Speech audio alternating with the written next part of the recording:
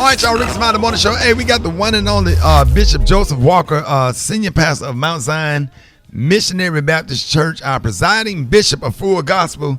Here to give us his comments on grief, who have suffered losses himself, and anybody that's grief-stricken out there. So that's why we have all of these wonderful guests on for you today. Bishop, good morning.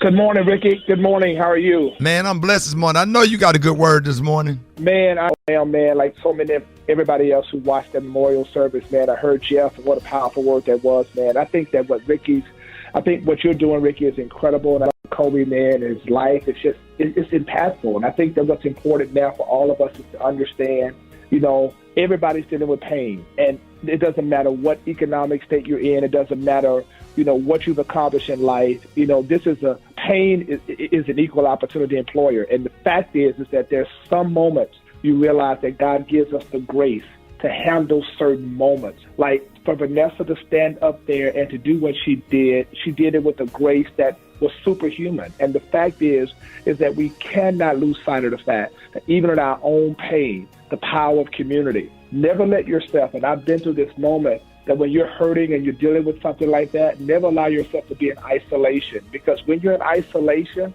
that's when the devil comes in and causes interrogation. And you got to understand the power of community and how powerful it was to see so many put their arms around Vanessa and that family, and always understand you can't get through things by yourself. And it's also important to understand perspective. Kobe's life itself was far beyond the basketball court.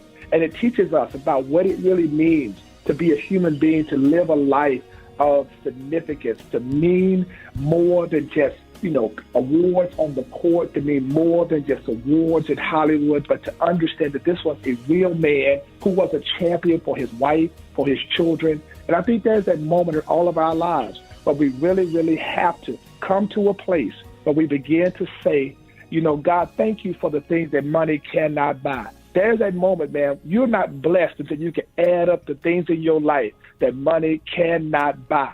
This is that moment when you pull your family in, you start squashing all of the beef, and you start saying, what really matters now is us being family. What matters now is us being friends. What matters now is us living a life that is far beyond just being successful, but being significant. I want to say to everybody, what is your purpose, man? When you wake up every single day, you don't wake up just to exist, to inhale and exhale. You wake up with a purpose on your life. You wake up to do something that is sustainable. What Kobe's best friend said is that, man, his last text to him was being a blessing to that young girl, man, trying to get her connected to that agent. Man, that blessed me, because that means that your purpose should always be giving back and blessing somebody else. It's never about just making a name for yourself. If God can't get a blessing through you, he'll stop sending blessings to you. What makes Kobe's legacy so powerful is that Kobe consistently was a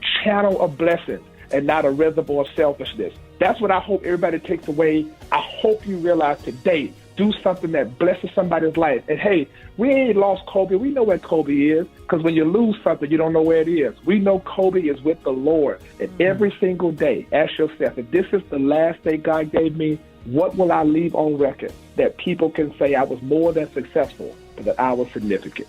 Wow. Bishop Joseph Walker, let everybody know how you could be reached. Thank you, Ricky. Reach me on Instagram at Joseph Walker 3. Love to connect with you. Thank you, man. Let's continue to pray for everybody, man.